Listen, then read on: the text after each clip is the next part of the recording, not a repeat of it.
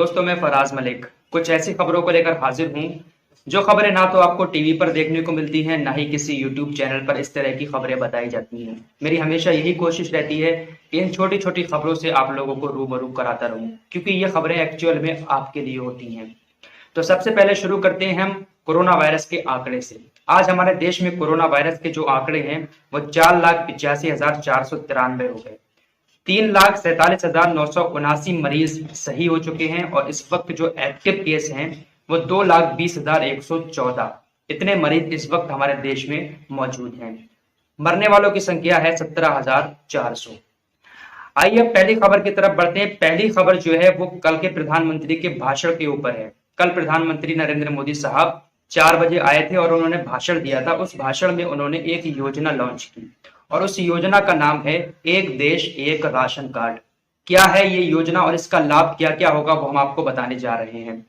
दोस्तों, आप सभी जानते हैं कि जिन लोगों के पास राशन कार्ड है उन लोगों को राशन अपने अपने जगह पर मिलता है, कि जहां पर आप रहते हैं वहीं पर राशन आपको मिलता है। लेकिन ये जो योजना लॉन्च की है एक देश एक राशन कार्ड, इस योजना के तहत कुछ ऐसे राशन कार्ड बनाए जाएंगे जिन राशन कार्ड से आप दूसरे जिले में जाकर भी राशन ले सकते हैं। यानी वो लोग जो एक जिले से दूसरे जिले में काम करने जाते हैं और वहां पर जाकर उनको अपने राशन कार्ड से राशन नहीं मिलता था, तो अब ऐसे राशन कार्ड बनाए जाएंगे कि आप अगर दूसरे जिले में भी हैं तो आपको दूसरे जिले में दुकान पर जाकर राशन उस राशन कार्ड से मिल जाएगा। बहुत जल्द ही ये नए राशन कार्ड मिल जाएंगे आप लोगों को। कैसी लगी आप लोगों को ये योजना, आप लोग कमेंट करके जरूर बताना। दूसरी खबर की तरफ बढ़ते हैं। दूसरी खबर आ रही है बैंक सेक्टर से। दोस्तों, कोरोना महामारी के चलते हुए बैंकों ने अपने सभी खाता-धारकों के लिए जो सेविंग अकाउंट होते हैं उनके लिए एक छूट दी थी कि 30 जून तक आपको अपने अकाउंट में कोई भी मिनिमम बैलेंस नहीं रखना।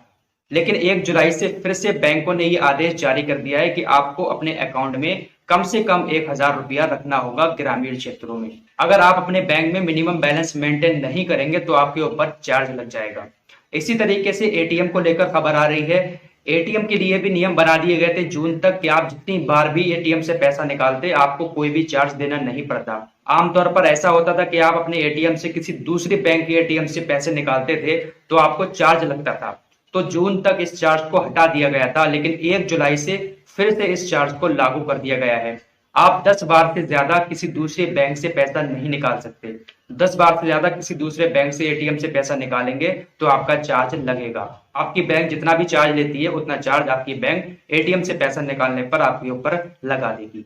अगली खबर की तरफ बढ़ते हैं। अगली खबर आ रही है गैस सिलेंडर को लेकर। जैसा कि आप सभी को मालूम है कि हमारे देश में इस वक्त डीजल और पेट्रोल तकरीबन 80 रुपए के पार निकल गया है। देश के हर शहर में तकरीबन 80 रुपए से ऊपर है डीजल और पेट्रोल। अब 1 जुलाई से एलपीजी गैस सिलेंडर के दाम भी बढ़ा दिए गए हैं। जो नॉन सब्सिडी वाले सिलेंडर हैं अब उनके दाम तकरीबन 5 रुपए से लेकर 10 रुपए तक बढ़ा दिए गए हैं। अपने अपने शहर के हिसाब से है, कहीं पर 5 रुपए है, कहीं पर 7 रुपए है, कहीं पर 6 रुपए है। तो 10 रुपए तकरीबन हर सिलेंडर पर नॉन सब्सिडी के बढ़ा दिए गए हैं। अगली खबर है कांवड़ यात्रा को लेकर। बहुत सारे लोग पूछ रहे थे हमारे हिंदू भाई कि कांवड़ यात्रा इस बार निकलेगी या नहीं निकलेगी।